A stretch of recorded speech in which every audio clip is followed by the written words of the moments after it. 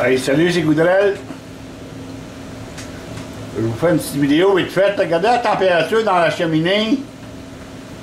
580, presque 600. Bonne température. Magnélique qui se tient à 0.05 et demi.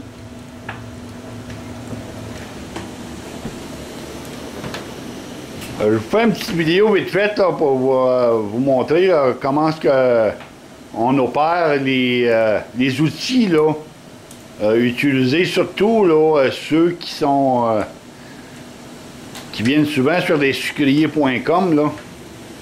Les outils qu'on se sert pour aller chercher un maximum d'efficacité là, sur un évaporateur. Là. Je vous montre tout ça là. Regardez comment est-ce que ça bouille bien en avant. J'ai commencé à sortir du sirop aujourd'hui, là.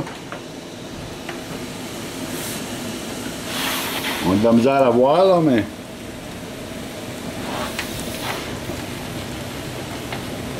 ça bouille très bien, là. Regardez la clé. Petit vent vers l'arrière. Parce qu'aujourd'hui, ils ne vendent pas du tout. Et puis, la pression barométrique est stable. Elle n'est pas à la baisse. Ben oui, je pense qu'elle est à la baisse, mais elle n'a pas baissé encore pas mal. Là. Regardez comment est-ce que le draft control il travaille. Là.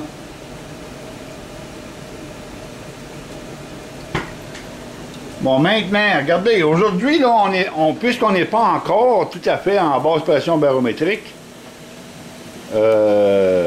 lors des journées de basse pression barométrique, qu'est-ce qui se passe? Pourquoi est-ce qu'un évaporateur a de la misère? Ça marche pas bien, ça bouille pas bien.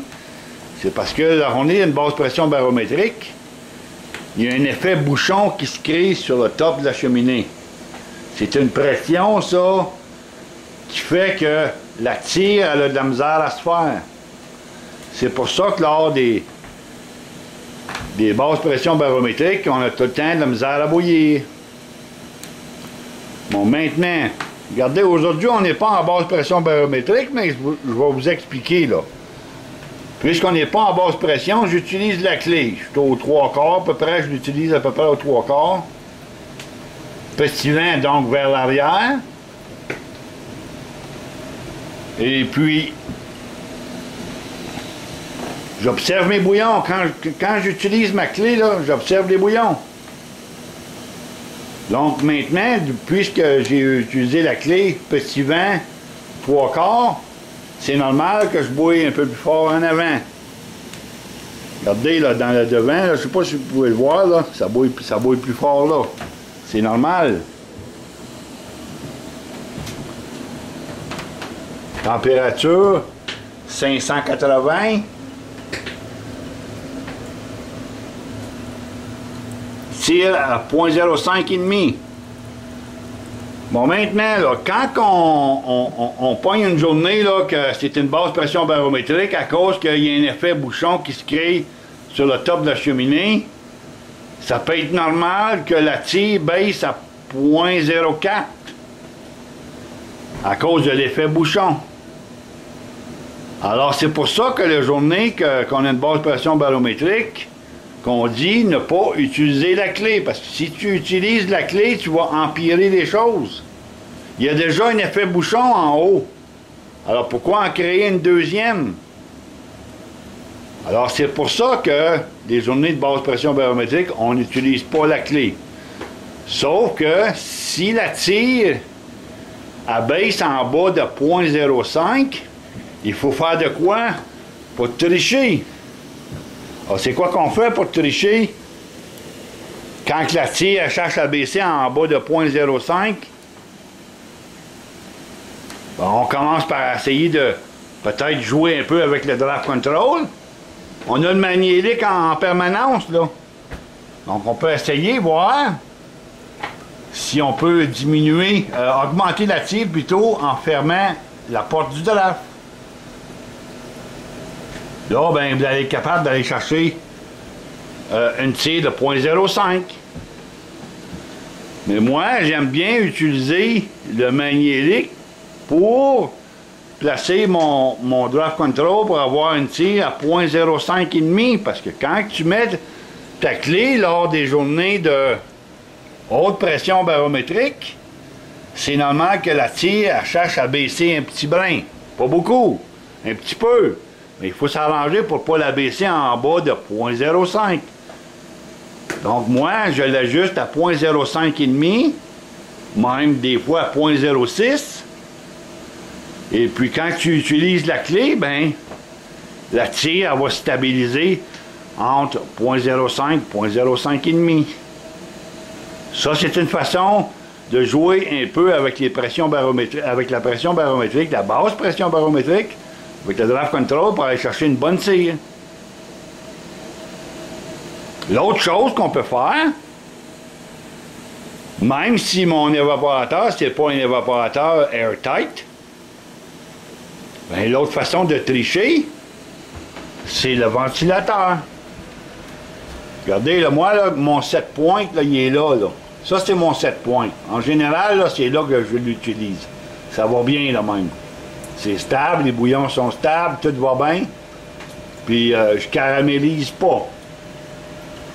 Mais lors des journées de basse pression barométrique, si tu augmentes la pression statique, en augmentant le ventilateur, sa vitesse, tu augmentes un petit peu la pression statique à l'intérieur de l'évaporateur. En augmentant sa pression statique, tu augmentes aussi la vitesse de la tire. Vous comprenez? Donc ça, c'est une façon de tricher. Quand je dis qu'aujourd'hui je triche, là, parce que je suis en basse pression barométrique, j'ai augmenté la vitesse de mon ventilateur, c'est pour ça. C'est une façon d'opérer ton évaporateur, c'est une façon de contrôler ton évaporateur pour aller chercher un bon rendement, une bonne efficacité, même en basse pression barométrique. Alors c'est ça. C'est ça que je voulais faire aujourd'hui. Je tenais à vous montrer une façon d'opérer votre évaporateur avec les outils qu'on a.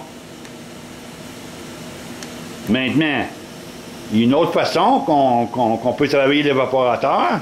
C'est pas commun pour un évaporateur au bois, mais éventuellement, je pense que ça va peut-être venir. C'est que l'évaporateur à l'huile, lui, normalement, il va avoir un magnélique en avant. Pourquoi est-ce que l'évaporateur à l'huile a un magnélique en avant? C'est que l'évaporateur à l'huile, à l'intérieur de la chambre de combustion, il a besoin d'avoir une bonne turbulence. Puis souvent, ben, la turbulence, on va la créer avec le muret, la montée, et puis la clé.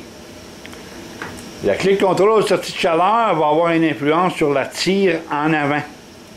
Donc, sachant que l'idéal pour un évaporateur, c'est 0.03, bien, normalement, l'évaporateur au bois, c'est la même chose, sauf que ça se travaille un petit brin différemment.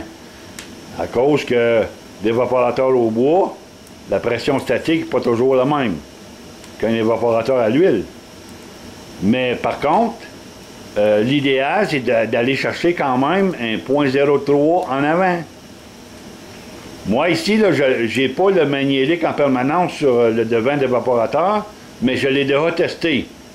L'idéal, c'est de faire un trou. Là. Tu fais un trou là, dans le devant, là, et puis tu mets ton magnélique dedans pour tester la vitesse. Mais moi, je l'ai déjà fait. J'ai pas fait de trou, mais je fais juste craquer un petit brin de la porte en avant, et puis on vient à bout d'aller chercher, si tu veux, la vitesse de la turbulence à l'intérieur en avant. Et moi, je sais, elle est toujours pas mal positionnée à 0.03, 0.04. Elle joue là-dedans. Donc, j'ai pas besoin d'avoir mon magnélique en permanence parce que je sais qu'elle va tout le temps être positionnée à 0.03, 0.04. Je l'ai testé avant. Fait que c'était ça la petite vidéo d'aujourd'hui. Je voulais juste vous montrer là, comment est-ce qu'on opère l'évaporateur avec les outils qu'on a. Thermomètre, draft control, magnélique, ventilateur, diffuseur d'air, la laine, les vagues, la clé de sortie de chaleur. Ce sont les outils que nous, les sucriers.com, on utilise, puis que ça va bien. Ça donne un bon rendement à l'évaporateur, ça donne une bonne efficacité, puis entre autres, une bonne stabilité. C'est ça que ça fait. Je vous laisse là-dessus. Salutations.